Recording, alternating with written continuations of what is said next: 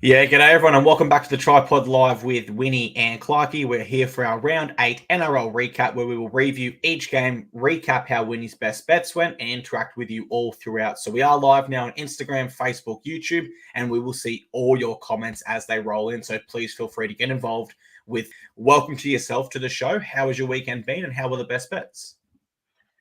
Yeah, never have a great weekend when I don't have a winning record on best bets. We should say again, it was Anzac round, so we pay our respect to former and current servicemen and women, which includes yourself, mate. And there was some great games of footy. It's just a frustrating one for me. Obviously, I was in a rut going into the round.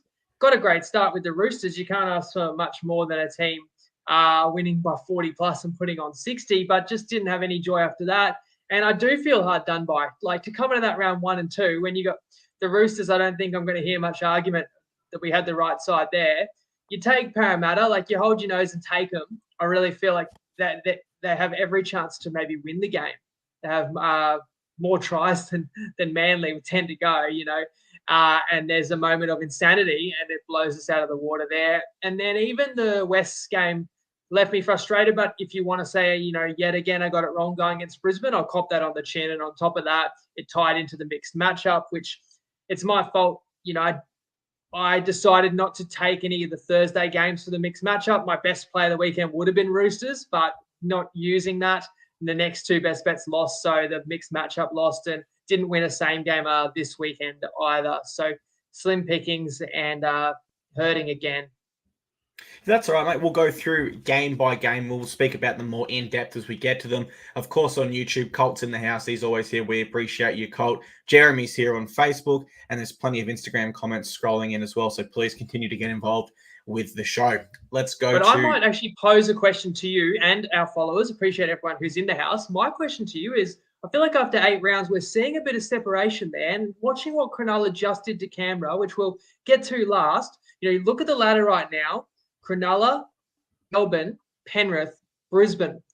Like, that is a clear top 4, and it's hard. My question would be, do you see any of those sides finishing outside the top 4 at the end of the year? There's obviously a long way to go. There are a couple other very strong footy teams currently outside, but it's going to be hard to kind of push any of those 4 out based on what we've seen after 2 months. So I'm putting you on the spot, but I'm also interested in what our followers think in the comments. Yeah, very interested to see how our followers see that. I think for me, with what we've seen from those 4 teams, it would come down to injuries or suspensions. And so if I had to pick one, I'm probably looking at the Broncos at this stage, just because their captain and their leader, Adam Reynolds, has been in and out throughout the start of the first 8 rounds. Now, that's no indication or suggestion that injury run will continue, but purely if I had to make a pick right now, I'd say Broncos are probably the most likely to fall out of that top 4, although when he is there, they look absolutely superb. So really tough question. And to put you on the spot even further, is there a team on the outside? Like, who's the top team on the outside that you would suggest could take one of those spots? I'm still looking at the Roosters. I still think their lineup is absolutely stacked, and what they have, which a lot of other teams don't have to their standard, is depth. If the Roosters have a few injuries, you can still trust them. Even if their captain goes down and James Tedesco, you've got a Joseph Manu coming in there at fullback. So they are stacked across the park, but plenty of depth. So the Roosters, if they can continue to put it together like they did against the Dragons, there's no reason why they can't finish top 4 either. And as a surprise to nobody, I would agree. The Roosters are the side who might only be like 8th, but they're a lot better than 4 and 4. John says Manly and the Roosters, so respect Manly. They're coming 5th. They're not a top 4 side to me. I think they've had a fair share of fortune, but still a good footy team. And we'll talk about the things Manly did well on Friday, because I hate to seem like I'm negging them or detracting from them every week, but I do think they've had those narrow victories. They still count the same for 2 competition points in any case. So not my choice to push into the 4, but it is interesting to kind of see that at this point the competition is starting to shake out a little bit, and we're starting to work out who's real versus who might have just had a good spell of 2 to 3 weeks.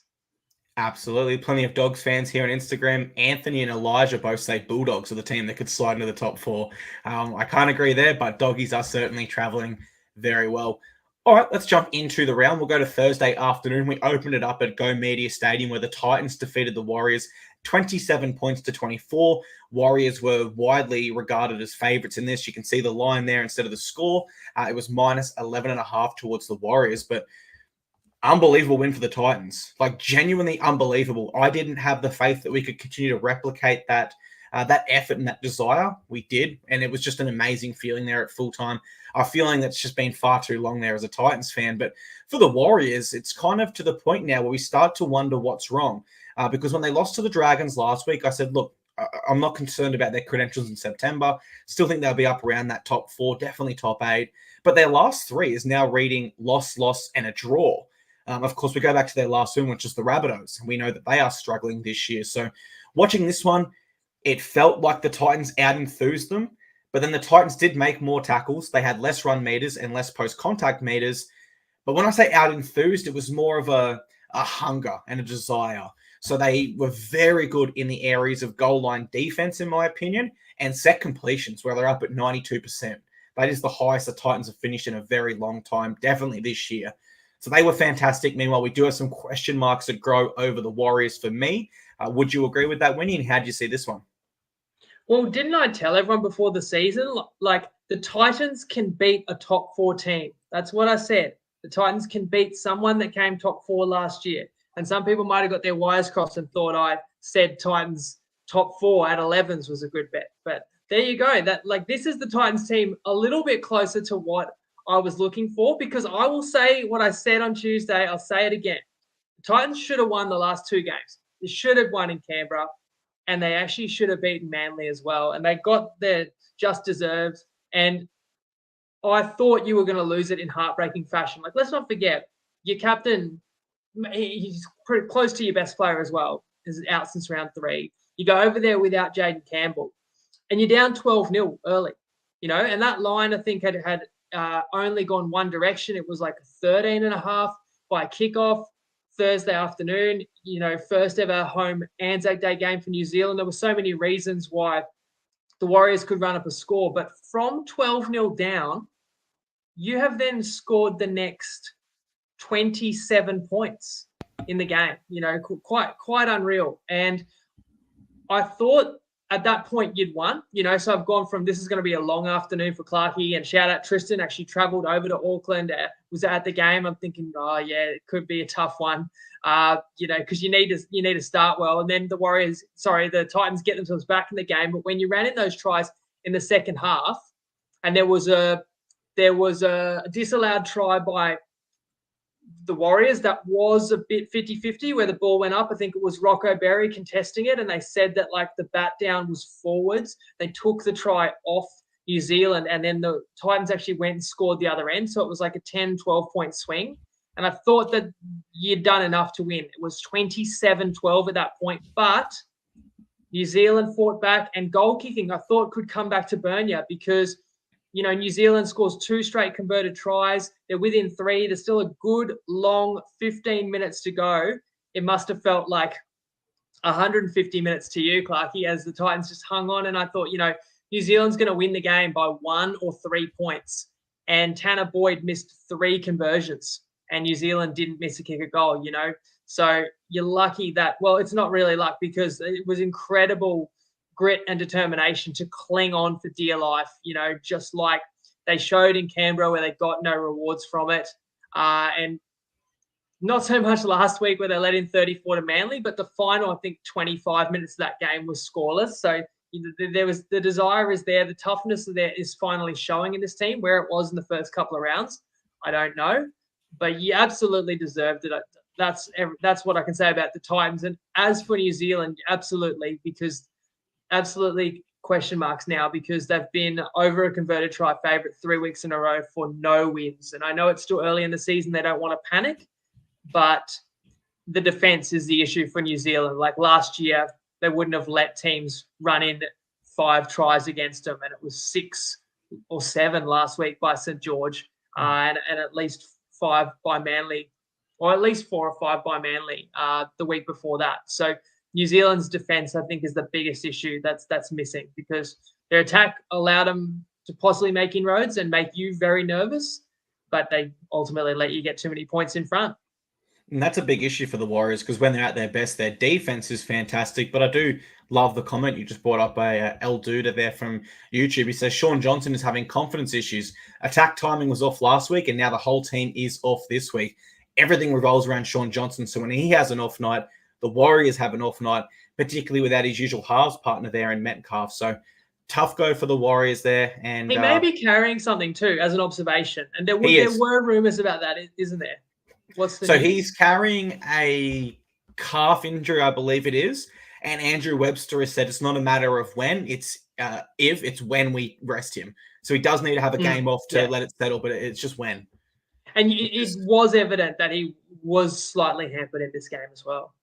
Certainly, look, if I'm the Warriors, I'm getting him off the field ASAP, and I'm looking to things later down the track, giving another young half an opportunity here, or going to our depth, making sure our star man is well rested and as fit as can be in what could be his final NRL season. Alrighty, game 2. It was the Roosters beating the Dragons 60-18 at Allianz Stadium. This was a really interesting one for us, because in the preview show, I sort of said, I don't mind the Dragons with a bit of a head start. I wish it was a bit more. And you were just straight down the line. Hey, Roosters are going to come back here. And after your analysis, I firmly believed in you, and I thought the Roosters would really perform here. And disappointing for Dragons fans. I mean, genuinely, if they won this game, we're looking at their last 5 and we're saying, is this a top 8 side under Shane Flanagan? Instead, all the hard work they did in 3 of their last 4 getting wins there is absolutely undone. It's absolutely butchered, because they've just gone and conceded 60 points, and that's just not acceptable from an NRL side. And how they performed in this game, to me, it summed up why so many people had them in their bottom 4 predictions this year, and the inconsistency at which they play out this season. It makes them a tough side to ever feel confident when you're betting on or against, because they've looked brilliant at times and they've looked absolutely horrible. Fortunate for us with the best bet in this one that we got the horrible Dragons side.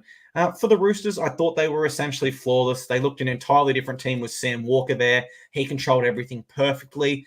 But another key factor for me was actually Joey Manu, and how the Roosters got him involved almost as a second fullback. We've seen it work for teams in the past, such as the Blues in Origin, where Tom Trbojevic, the right centre, which Manu is typically, plays a second fullback role. He's given a license to roam across the field. Joey Manu had about double the meters from last round. He had more try involvements, and playing right centre, he actually scored a try on the left wing. So I think that really summed up. He had a license to go anywhere he wanted. He was really active, and it was just great signs for the Roosters all round in this one. How did you see it, though? To discuss St. George first, I think inconsistency is the word. You said it there. Like, they're not a top 8 side for me, but the competition is great and it's close, and teams outside the 8 can still mix it with sides that are a bit better than them here and there, and can beat teams that are finals caliber, but you don't get to do it consistently. You look at a team like Wests, who could beat Cronulla, but Cronulla's looked unbeatable the last few weeks. But you can't just say, okay, boys, that's how we played this week. Now that's the standard that we expect every week. It just doesn't go like that. So the Dragons, I feel like their ceiling, is still a few rungs below the true contending sides. So when they meet a strong side that's on, they can't go with them.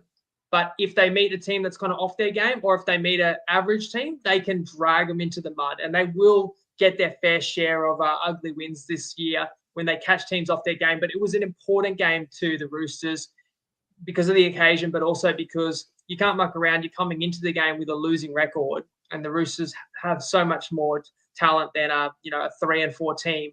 And you could see they were switched on, even though they did give up the opening try, but then put on 30 straight before halftime. And that's despite the fact we lost Radley pre-game. Now, that is a bit unlucky, but in saying that, the Dragons lost Moses Sully first play in, and it's even tougher to cover an outside back when you lose them once the game started.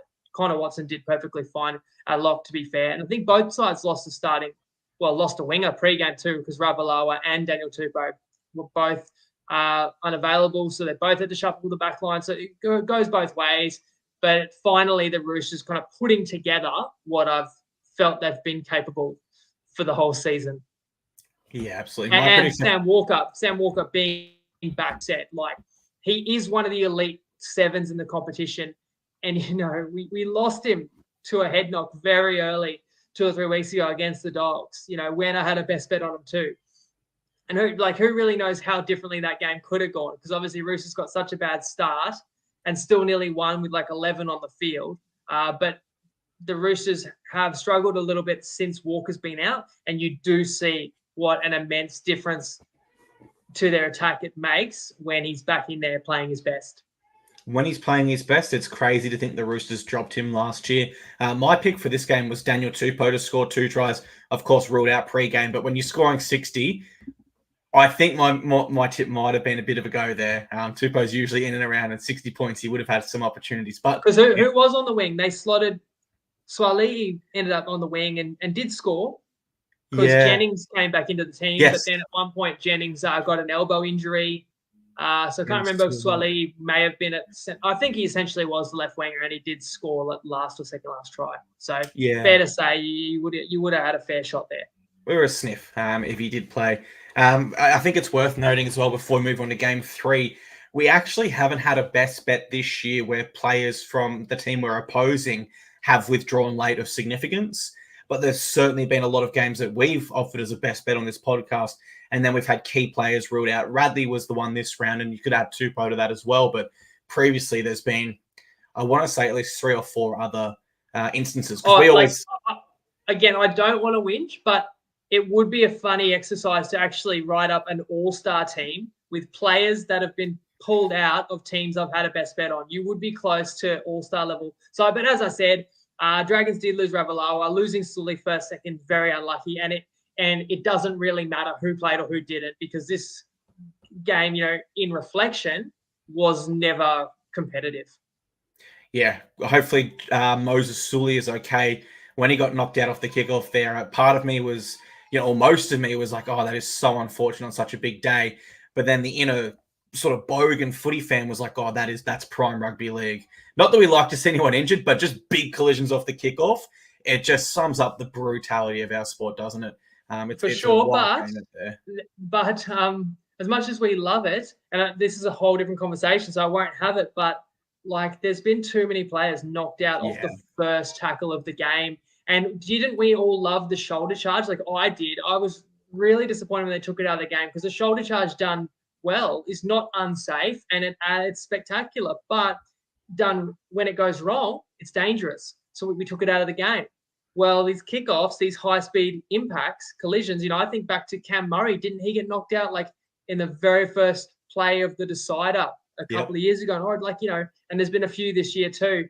You actually do feel like a rule change may be imminent. So as much as we love the early exchanges in games, I guess enjoy it while they're still part of the game. I can't really see, we're in the age of concussion knowledge, that it's going to be allowed to play out the same way for much longer. Mate, I completely agree. As unfortunate as it is, Jai Saga from Instagram says AFL is better. Mate, you have come to the wrong show tonight. And whilst we're happy to have you, you're going to be bitterly disappointed, as we're not going to chat any AFL here at all. Let's move on to game 3. The Storm beat the South Sydney Rabbitohs 54-20 at Amy Park. They extend their dominance at that ground. I think the question coming into this one was, can Souths get any worse? Because I know I certainly messaged you early this week and said, is there a bit of value about that line, given Storm's thin winning margins so far this year? But coming off a bye, you didn't think Rabbitohs could look worse, but they almost did. And their roster is still relatively strong. It's nowhere near at full strength because of the injury toll they have, but they still have a strong roster with players there that are at a rep level, or at least former rep level with some experience. What makes this game worse for the Rabbitohs was it wasn't their young, inexperienced players that botched it for them. It was actually key senior figures that just ruined the momentum they captured. I think to the first half, they had momentum building, and then Cody Walker gives a 7-tackle set away. Storm go down and score at the other end. Momentum gone. Second half, they start to build again, and you think, okay, maybe they are going to cover this line. Jack White tackles Ryan Pappenhausen in the air for no reason. Now, those are 2 senior and influential figures in this side, and if they're not helping manage momentum, then I can tell you the young guys like Peter Mamazellus coming off the bench are no chance. Very, very silly from both men there, and very, very they shot themselves in the foot. I think it's as simple as that. Whereas for the Storm, I mean, we go to their winning margin, and I've spoken about it at length on this podcast. It's only 4 this year. They're not putting sides to the sword. They don't have that killer instinct they've had in previous seasons. I said Cameron Munster looks off. And then he goes and explodes. The Storm win by 34 points and rubbish that stat. That doesn't matter anymore. They send a clear reminder to the league that they are still a top dog in this competition and decimate the South Sydney Rabbitohs. Did you see it that way as well? And I said on Tuesday, like, Munster hasn't looked himself to me, and he wins the Anzac medal. But I don't think I was wrong. I just think that's kind of actually showing how the Melbourne can unlock an even greater level. When if Munster, because he's dealing with a groin injury, and it obviously was feeling pretty good on Thursday, and he can get back to his elite level, like, this team can tear sides apart. Like, I didn't want to get out in front of Melbourne because you can see their full strength.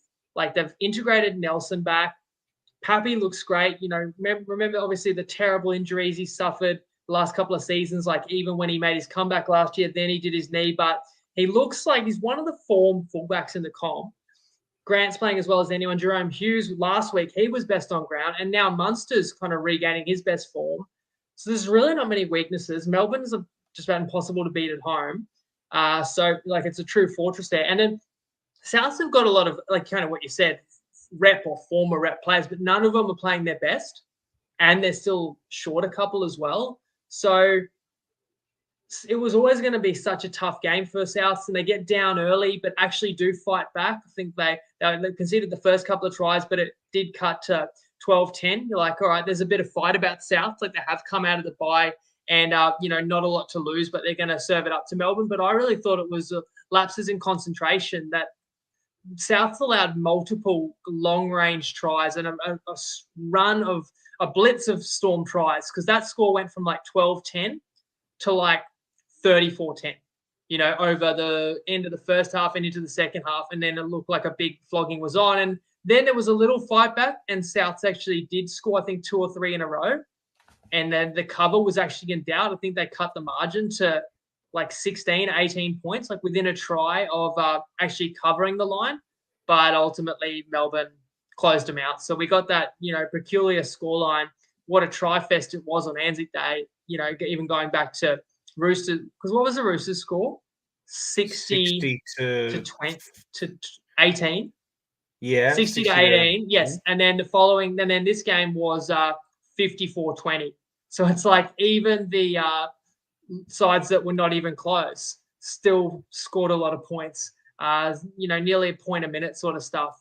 But there's some little signs of life from Souths, and again, the crazy stat continues. I feel like I'm losing count.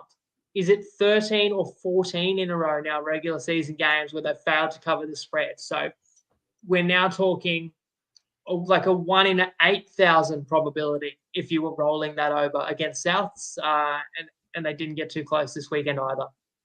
That is absolutely wild, right? Yeah, because the line is designed to create a genuine 50-50 for punter versus bookie. And yeah, I think it's actually 15, man. I swear like we were talking about this in round 4. Oh, no, you're right, because there was the bye for South last week. So yeah, it'd be up to 14 now. It could be 14. 14 times in a row they've struggled to... And like everyone's gone, and it'll be 15 next week because they're playing Penrith. But it's like, yeah, but it doesn't actually matter who they're playing. It's the line. Like, so the line should be like super high. I haven't got it in front of me. But they should have a 50-50 chance on face value of covering next week, whether they're playing Souths or whether they're playing, whether they're playing the Titans. It should be 50-50. But we'll see. Obviously, this is our chance to reflect. I'll start looking ahead from tomorrow. Spot on, mate. G'day, Dan. Dan's here on Facebook. And we've got a question on Instagram from Will Munro. He says, your thoughts on the Tane Milne tackle?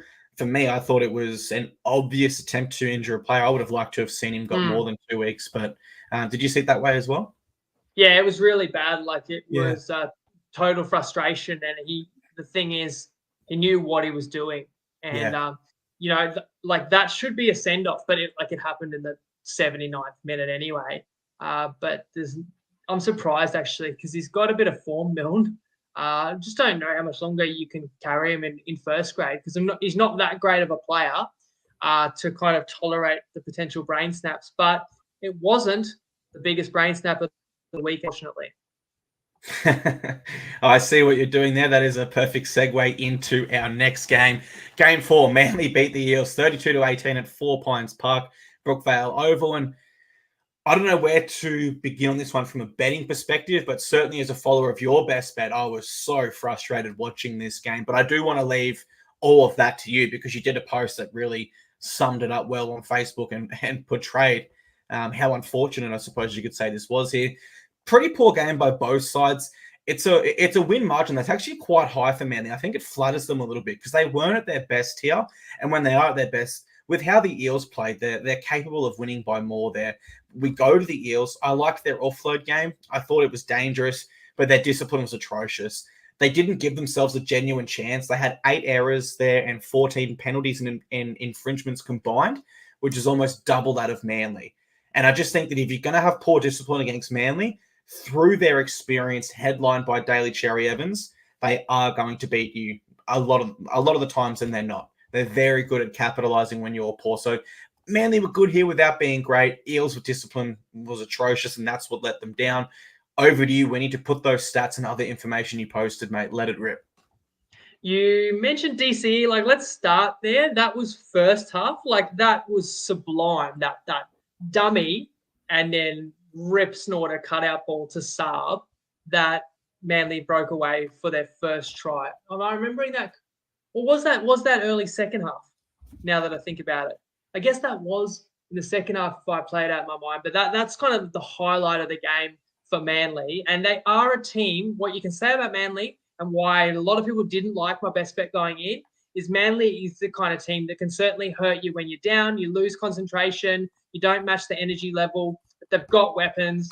DC pulls the strings, and you know like what Turbo can do. I actually thought Turbo was relatively kept in check in this one. But for me, this one really hurts because I do feel like I had the right side there with 10.5 and Parramatta, who actually led at halftime 3 tries to 1, but it was only 14 points to 6. And that included taking a penalty shot from in front because Gutho, who you mentioned, he's playing busted, right? He's got this knee issue. Look, actually played pretty brave. I can't really knock the effort by Gutho, but is that affecting his prep in terms of like his practicing his goal kicking? Can he not do as much of that because he's managing this knee issue? He misses every conversion, so, and I'm worried. Like, I've got plus 10.5 and they're up by 8 points. You still feel like you're in a pretty strong position, but you just always worry, is a kick or two, going to come back to hurt you? And Manly, my mistake, I think I said their first try, but I think that DCE play was in the second half that really got Manly back in the game. And Manly hit the front. And there's a few controversial moments. I mentioned the penalty count in my post, not so much to complain that the referees did Parramatta over, but just that they had to overcome a lot of adversity. And look, there was one point in the game where I think Para got a bit lucky too. Like, Manly made a couple of breakaways. DCE uncharacteristically threw a pass well off the mark. There's one where Tommy Turbo makes a line break and the ball sticks to his hand when he's playing it. And I was like, oh, man, Para are only just clinging on here. But the part that does hurt a lot is when kind of out of the blue, Manly chip and chase, and we subsequently see Turbo was offside. And like, that's an interesting one because there's a chip and chase. And first of all, I would say it's a bad mistake by Penasini to clearly commit a professional foul. He tackles Turbo, who didn't even have the ball, and he's kicking ahead. Like, you've still got to get a bit right to toe ahead for yourself and regather it and score. And there were other players in the picture too. So it's completely unnecessary to tackle Turbo. But it does sting a bit when you look back and Turbo was offside.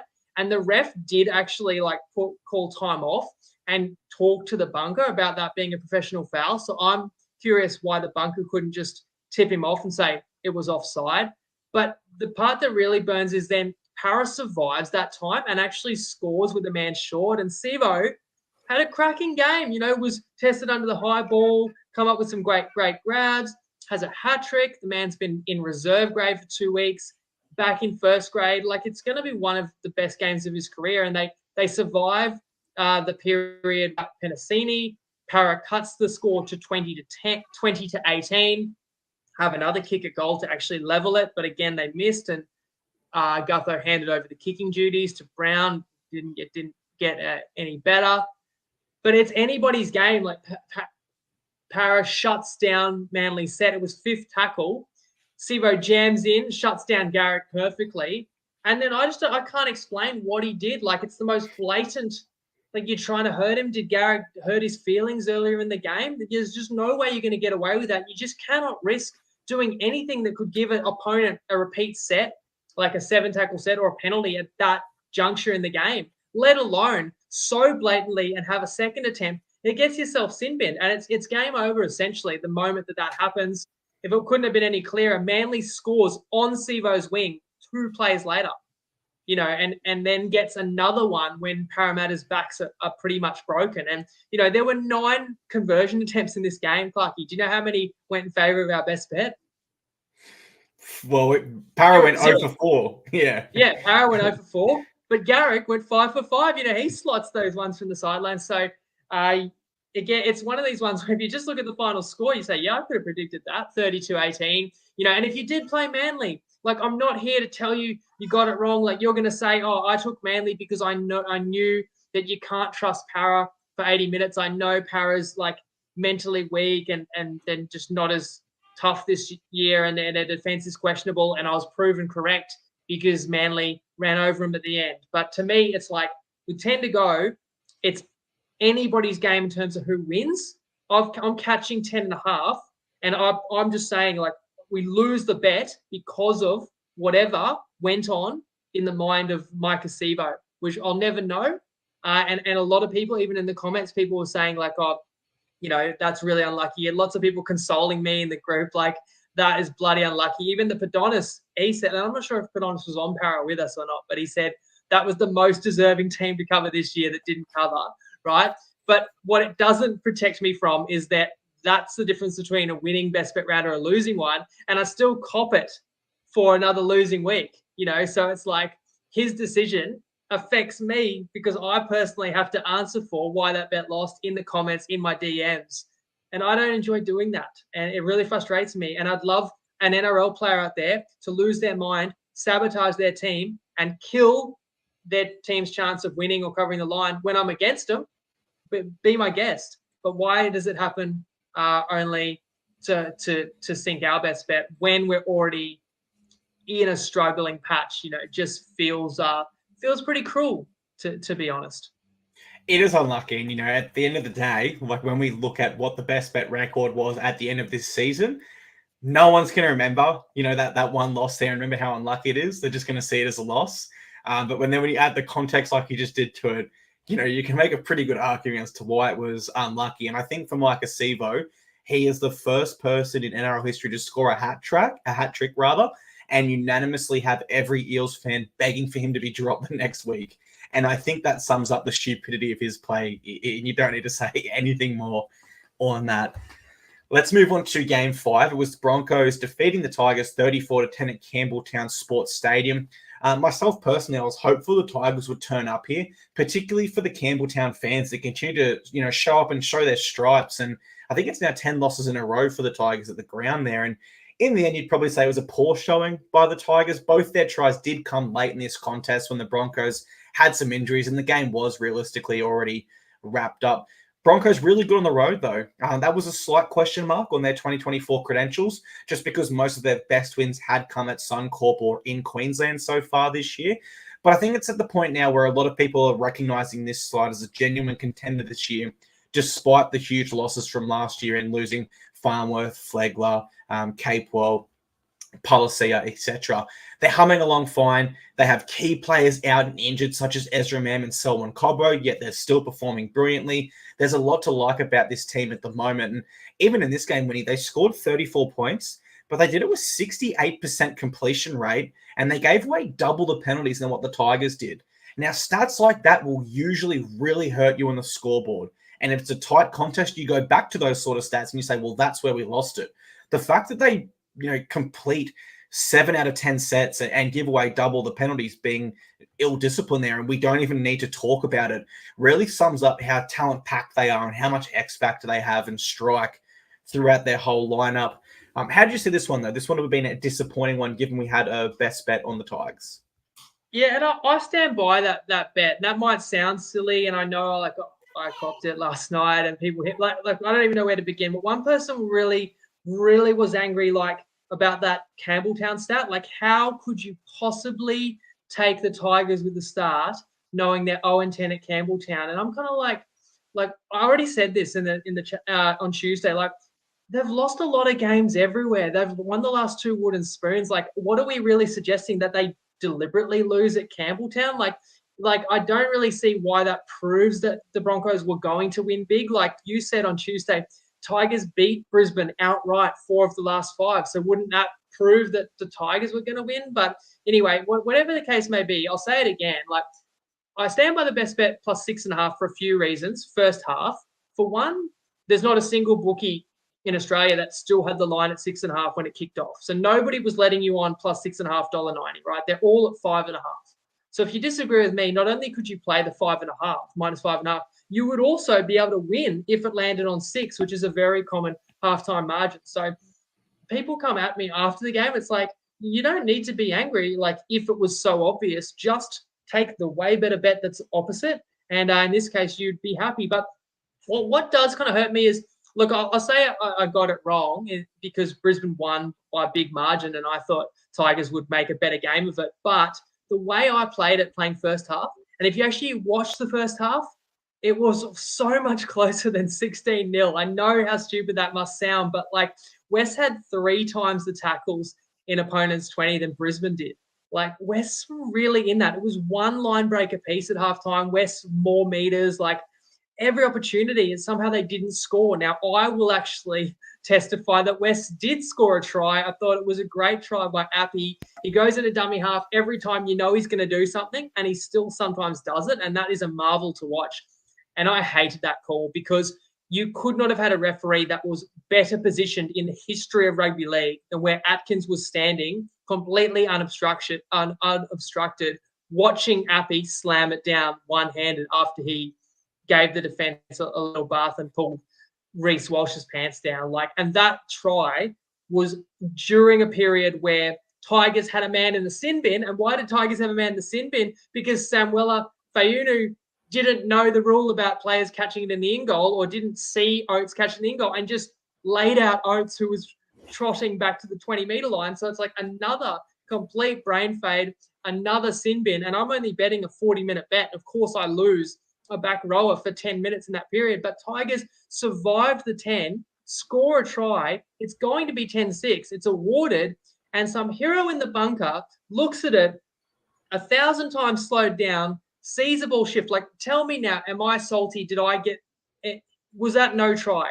Because how can the ref, who could not have a better view, call it a try? Should Atkins be dropped? What if that was a grand final? Like, is the rule wrong? Was the bunker wrong? Or was Atkins wrong? Like, to me, I know that you can't re-grip a ball with one hand, but if there was ever a try where it really did look like he fully got a good grip back on it and had complete control as he planted it, it was that. So again, is it just sour grapes talking for me? Because I do feel like that was a massive kick in the guts for the Tigers, and it was 10-0 with that 6 ripped off the board after 39 and a half minutes. And remember, I said, I'm terrified of Reece Walsh, and he came to burn us because he did score the final play of the first half. So it's in a funny way, like, would that have still happened anyway? And would the bet have lost anyway? And look, I don't want to act like I absolutely should have won that. I just think it really was a fair bet. Like, it really was a good contest in the first half. I played again, and I was catching 6.5. And at halftime, the halftime team on Fox was saying, Wests are unlucky not to be leading. You know, you never hear that out of teams that 16-0. They all agreed it was a try, including the commentators. So somebody else who's unbiased, who didn't have best bet on the line, in a tough period of the season. You tell me, what did you think? I'm interested in your thoughts as well, Clarkey.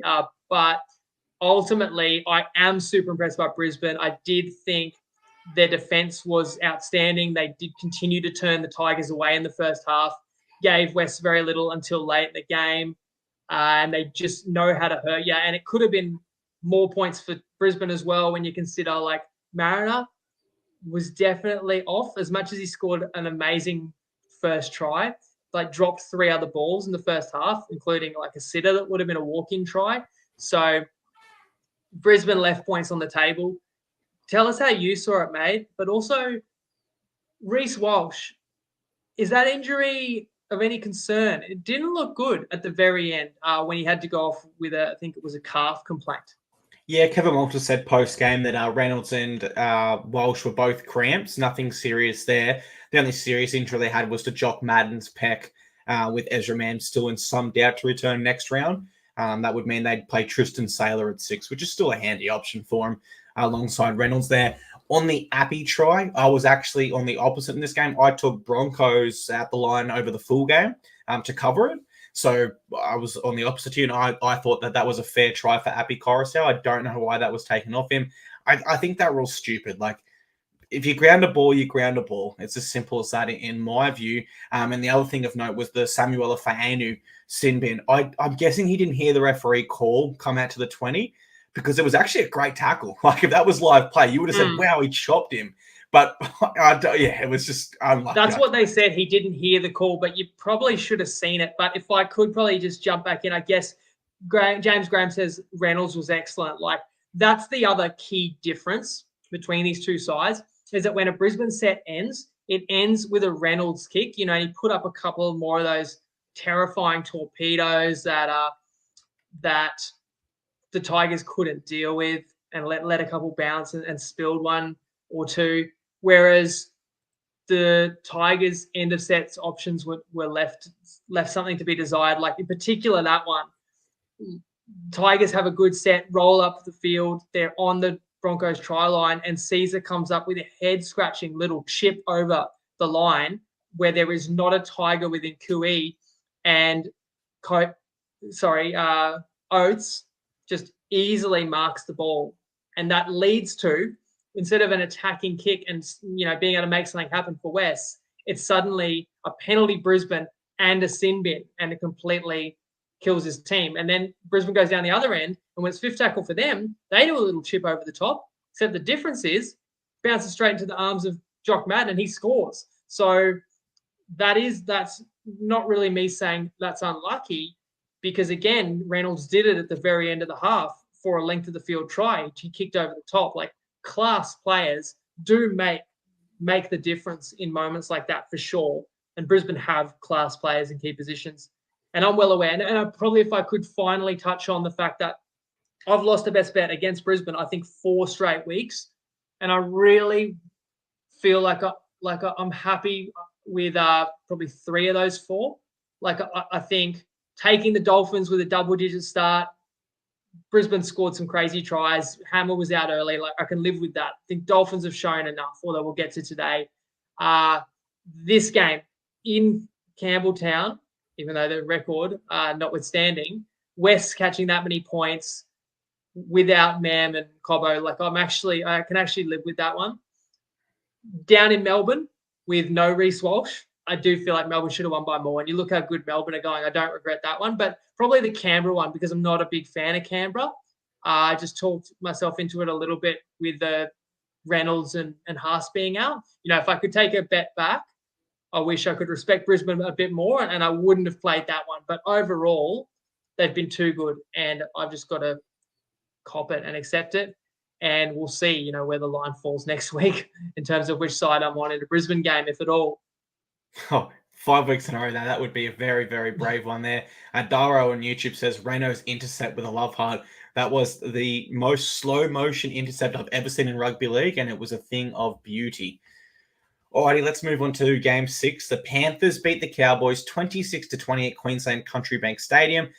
The Panthers did lose Scotty Sorensen and Moses Theotti here prior to kickoff, and no doubt that really hurt them. They are 2 important players to their forward pack, and they got a great lead despite that, and they seem to be controlling this contest really well. And all of a sudden, the Cowboys just said, hey, we're a good team in Townsville. We're not in Sydney. And they started to mount a comeback. And unfortunately, they do fall short in that comeback. But Cowboys can still take some confidence from that. It doesn't answer much of my big question mark on them. That is how they play away from home. I think in Townsville, I'm convinced I could tip them and make reasons for them to win against any side on their day at home. But there's only a handful of Sydney teams I'd actually tip them against when traveling at this stage. So still a big question mark over the Cowboys, despite a lot of heart shown in this one. Meanwhile, Panthers will be happy enough to take the 2 points here. They realize they don't need to win every game 50-0. You could say they took their foot off the throat. You could say they were off in Cleary's return. You could say they were off for missing 2 key forwards.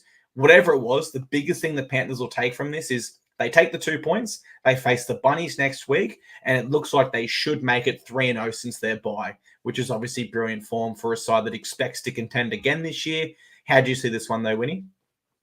So the line was -9.5, -10.5, and the Cowboys were probably the closest thing to a best bet I didn't play. And then the way that Penrith started, I was thankful for that. But it's a funny one. It's a game that comes down to the wire. Maybe game of the weekend. You could definitely argue that. Probably the only other one in contention might have been your boys. So give a shout out again to what you did on Thursday, Arvo. But this was a cracking game last night. And it's a funny one because with 5 to go, you didn't know if the Cowboys are going to win outright or fail to cover the spread and lose by 12. Like, that's how one moment can swing it that much, because Penrith, despite the early omissions, were in total control in this game. I mean, the score was 24-4.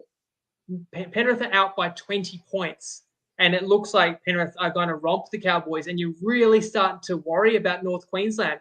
A week ago, they're beat by 40 down in Cronulla. Yes, it's a tough opponent, but you come home and you're getting blown off the park by Penrith, and Cleary looked just great. But to the North Queensland's credit, like, they're stuck in there and they mounted a legit comeback. 3 tries in the space of 12 minutes, cut the score from 24-20 with plenty of time left. And I really thought the Cows were going to run over the top. I thought the Cowboys could get the win. But in the tight moments, the thought did cross my mind, is a team with a Chad Townsend at halfback going to beat a team with Nathan Cleary at halfback when it's all for all the marbles, when the game is on the line? And you find that hard to believe. And in those moments, you're looking for that key moment that's going to decide a game. And Penrith, who had defended really well for kind of the first 40, 50 minutes, and I thought our mixed matchup was a chance, because the mixed matchup was West to outscore Cowboys. Cowboys only had 4 points on the board, the first 47 minutes or something. But then obviously that got blown away with the Cowboys comeback. But yeah, North Queensland's on Penrith's line too. Inside the final 10 minutes, only down 4 with all the momentum. Penrith repels them, gets a penalty, lead by 6, and then it would have been a brutal loss if you took the Cowboys line, because Penrith was knocking on the door. You're probably hoping for just a field goal attempt, but Penrith had bigger plans, nearly score, but they don't quite execute. And they hold North Queensland out. So at least you're seeing more signs of life and a bit of resilience if you're a Cowboys fan, whereas it's just job done, isn't it, for Penrith in that one? Exactly right. The Undertaker on Facebook says Panthers are looking a bit mortal this year. That being said, I give them 0% chance. I give South 0% chance of beating them. So we know the Undertaker's early mail there for next round. Let's move on to the next game. We're on Sunday now. Knights beat the Dolphins at Suncorp 18-14. And my takeaway from this one is a week is such a long time in rugby league. The Knights were embarrassed last week and beaten easily by the Bulldogs, who they destroyed by a combined 100 points in their 2 games they'd versed the Doggies last year. Meanwhile, the Dolphins had their greatest ever win. They blew the Eels off the park, scoring 9 consecutive tries in their highest ever scoring game in the NRL. 1 week later, the Knights lineup gets weaker. They have to travel to Brisbane, where they haven't won in their past 20 goes, I think it is, against Queensland teams. They only won like a magic round game there against the Dragons. Like, they never win in Queensland against Queensland teams. And they get the upset. And I mean, the Dolphins from last week were nowhere to be seen. And if you guys watched the preview show, you would have known all the stats I've thrown out there as to why I was so keen on the Dolphins and thought minus 5.5 at $1.79 could still be a best bet, although it's 1 cent short of what we look for on this podcast. In terms of a win, no disrespect to Knights fans here, I'm not trying to sound salty. It was probably one of the least impressive on-field wins I've ever seen. But then if you look at it a little bit deeper and you have to consider they had to reshape their game plan without Kalen Ponga, I think if you add that context in, then it actually is quite a remarkable win, despite the Dolphins looking off in this one. The big challenge for the Knights now, given they won't have Kalen Ponga for a long period of time, is how do they replicate this effort into next week when, again, they're going to be facing a desperate side in the Warriors? So a question mark there for the Knights. For the Dolphins, it's just about resetting and finding some consistency across their performances, because that was two entirely different sides from what we saw last week to what we saw this week. Even though, you could argue in Darwin, there was more reasons why you should go the Eels, where in this one, there was more reasons you should go the Dolphins, and vice versa for the Knights. So a really tough loss here. In terms of yourself as a Dolphins fan and myself who loved the Dolphins in this one. How did you see it, though? Yeah, it really annoyed me even more that the Dolphins were able to do that, what they did in Darwin a week ago, because they were so much sloppier today and looked so less threatening. Today, the Dolphins looked like a team that has 5 of their best players out. Funny that's kind of what I thought they might look like in Darwin. Again, it was such a strange period, that 20 minutes in Darwin, that's seared into my memory and will be for quite a long time. Today, look, Undertaker makes the great point there and you said it wasn't a great win by the Knights. So I take the point there that the Dolphins let Newcastle off the hooks on several occasions. There were some butchered tries, and you need to be better than that. But at the same time, the Dolphins did score 2 in the final 3 minutes, which makes the final score a bit closer. I think the Knights were absolutely deserving. Funnily enough, Izarko's a great kicker, but he rushed both kicks, made neither of them. Obviously, you make both, you tie the game. You make one of them, you've only got to get in 2-point field goal range at the end. It's a little bit different when the Dolphins were still down 4 points and trying to force something to happen and ultimately turned it over. But I thought it was a classic case of injured player theory. Not that I was brave enough to take Newcastle, but they all lifted without Ponga. Everybody took on their fair share. I mean, this Armstrong, what a debut. Scores the first try, just so fearless. Attack the game from start to finish. So many great, brave moments and dynamic moments where you could be forgiven for thinking that Ponga's out there. Some of the moves some of the plays that Armstrong was making. Not that he's a playmaker, but a ball runner, great threat. And I thought everyone in the spine really stood up. Hastings was excellent. Gamble, one of his best games. Brayley as well. And the key position players were the difference in this one. And that's what allowed Newcastle to build that lead, along with, especially first half, flawless execution. Don't think Newcastle had an incomplete set till about the 45th minute. And there was a period where Newcastle then dropped it 3 times in a row and opened the door for the Dolphins, but the Dolphins couldn't capitalize on that. So what can you say?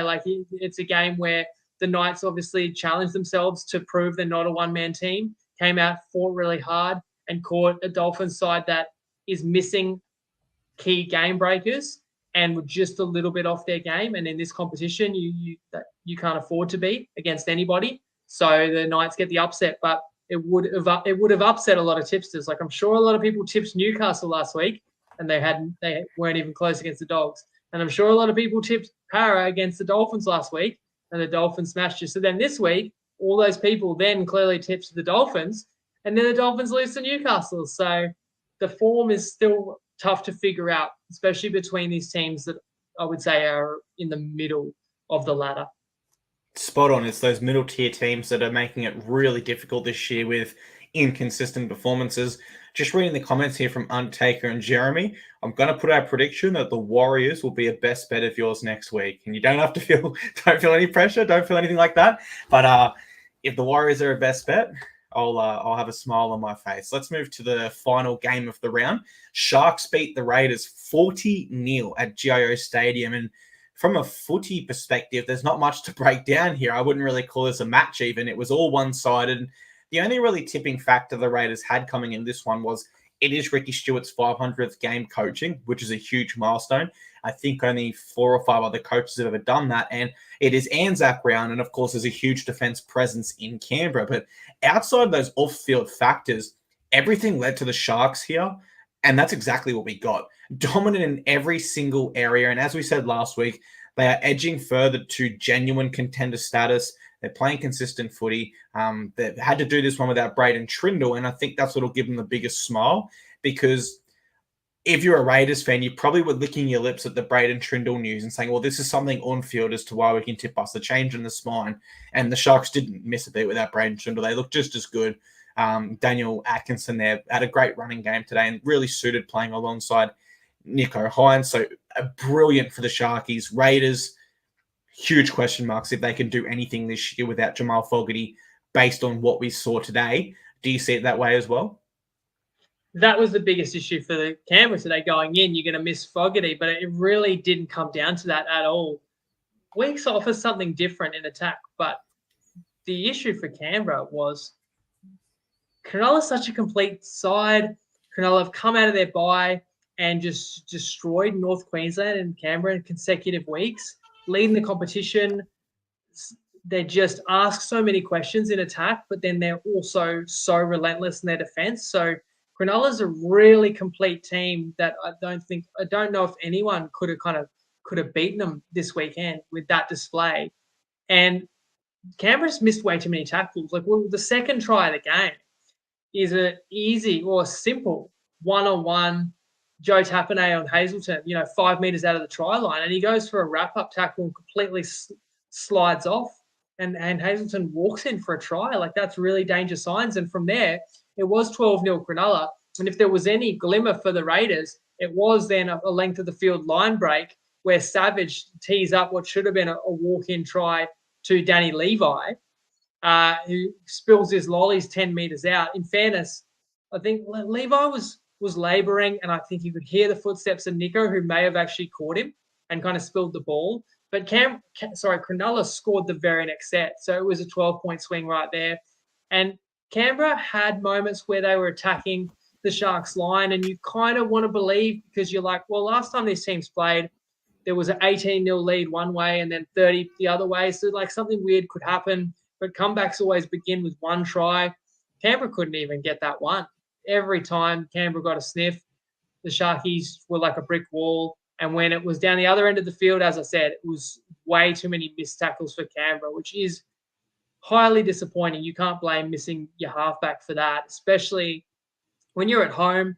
And Canberra have shown us a bit more this year than kind of what I expected coming into the year, where I suggested they could be spooners. There's some exciting, young players in this team, but I guess that's the problem with you've got so many young guys. When it goes against them, they don't have that experience or maturity to kind of handle adversity, it seems. I'm just looking at the ladder because I want to get it right here. It must have been the 2018 or 2020 season when the Broncos won the wooden spoon. Do you remember exactly what season? 2020. 2020. Yep. And the point I make there is they had a very good team there with lots of young talent. And Payne Haas was putting up the same numbers, etc. But they didn't have the glue to hold them together, which is now Adam Reynolds. As we know, they've now gone on to be a very consistent and great footy side with players like Reynolds and Walsh offering that point of difference in attack. Reynolds allows Walsh to be his best. Well, I think you can almost say where the Raiders are at now is similar to the Broncos in the past. Without Jamal Fogarty to glue those young guns together, Ethan Strange won't be as effective in attack with the pressure of now needing to lead the side around. Chevy Stewart at fullback is another one. Danny Levi didn't have his best game today. And so there are similarities with this Raiders team and teams of the past that have had really great young rosters, but you do need to have that influential key spine figure. Otherwise, it's all worth nothing, in my opinion, at least. Look, Raiders fans will be happy to hear that. I mean, that Brisbane team, you're right about the talent. That Brisbane team 2020 that came last, they had an emerging Payne Haas, Paddy Carrigan. And Carrigan was asked to captain the team, at times. Brodie Croft was handed captaincy to talk to the point of lack of leadership. I think it was Darius Boyd the captain for periods there, but he was well and truly at the end of his career and on the outer. But that team had a day for feeder, you know, and that toxic season was probably part of the reason that he went to your club. Do the Titans have that caliber of talent coming through? I guess it remains to be seen. Like I still think Tomoko is one of the most explosive outside backs in the comp. And some of these other young kids, like they're putting in, it's very early days to really say like what kind of career is a Chevy Stewart, or Ethan Strange, and even let's say like a Morgan Smithy. So we haven't seen too many games. Like what kind of careers these guys are going to have remains to be seen. But they are like the youngest squad on average, right? And then even the guys that are older, I would say, are probably past their prime. So you're lacking, leaders that are in the absolute prime of their career that can, you know, turn a momentum of a game or put a team on their back when they're up against it. And I would implore anyone after this podcast finishes to Google Broncos NRL 2020 roster. I've got it in front of me here. You will not believe that side won the wooden spoon. There is Xavier Coates. Yeah, was Cobbo Tommy in that team? Dearden. Cobbo would have Maybe been Cobbo was a a year junior. away. Yeah, Tommy but even Dearden, that's right. They nearly ruined Yeah. Tommy Dearden's career that season. And even like, you know, even though Cobbo was still a junior at that stage, Isaiah Parisi was there. He's gone on to play for the Wallabies in the last few years, man. It's such a great lineup. I can't believe that side got a spoon. Unfortunate for them there. And hopefully the Who was Saints the coach of that team? would have been Anthony Seibold. He could not. No one would ever hire him again, would they? Oh, this man will win a premiership. That Manly team, I keep going against them, and more often than not, they've got the win. To be fair, they're sitting fifth, and they're one of the teams that I do hear a fair bit of criticism of my evaluations on. And I hear plenty of criticism these days, but nonetheless, I still have confidence, and I feel like, even going into this weekend to come out of it 1-2 is pretty rough. I don't feel like we could have possibly done any worse given the sides that we took. But I'll do my best again to see what we can come up with and to go into round 9 with my most confident plays. Then other people can judge how confident they are in following me. That's it, mate. It is a long season. With that, we will close the show and we will see you Wednesday at 5:30 p.m. Sorry, Tuesday at 5:30 p.m. to preview round 9 and hand out our NRL best bets. Have a great week ahead, guys. And over to you, Winnie, for those beautiful, famous last words. Have a good Sunday night and Monday, guys. And we will see you next Tuesday. Lego.